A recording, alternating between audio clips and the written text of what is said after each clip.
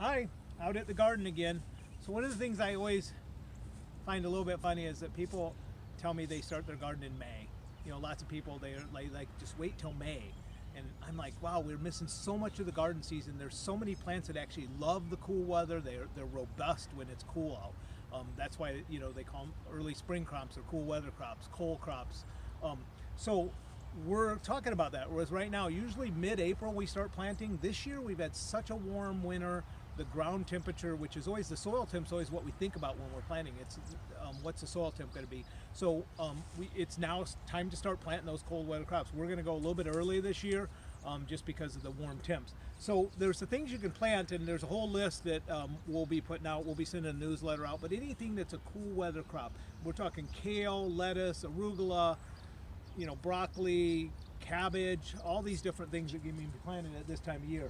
So here's what we do. I mean, the best information you're going to find is on the back of the seed packet. It's going to tell you how long, this is kale. It's 55 to 65 days to harvest.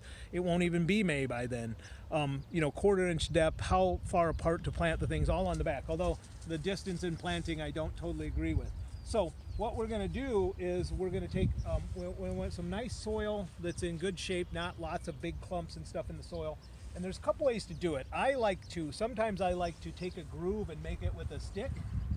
And I like to sprinkle my seeds in. These are really tiny seeds, so you're going to really want to look at, pour them out in your hand and see they're really tiny. So what you're going to want to do is kind of just drill them into the groove, separate them about an inch or two apart, and then just go all the way along. Now what I like to do sometimes is even just give them a little tamp with the board and then just slide the soil back onto them.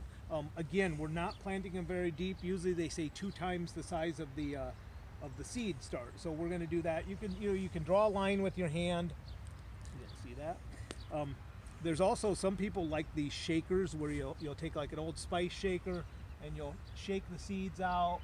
I don't know if you can be as accurate with that. These are lettuce seeds, so I'm not sure how accurate you can be with that. But a lot of people like these because they don't like handling those little seeds. They make sure your hands are dry and clean when you do it, which is one of the reasons why I like to kind of use a board so I'm not sticking my hand in the dirt a lot.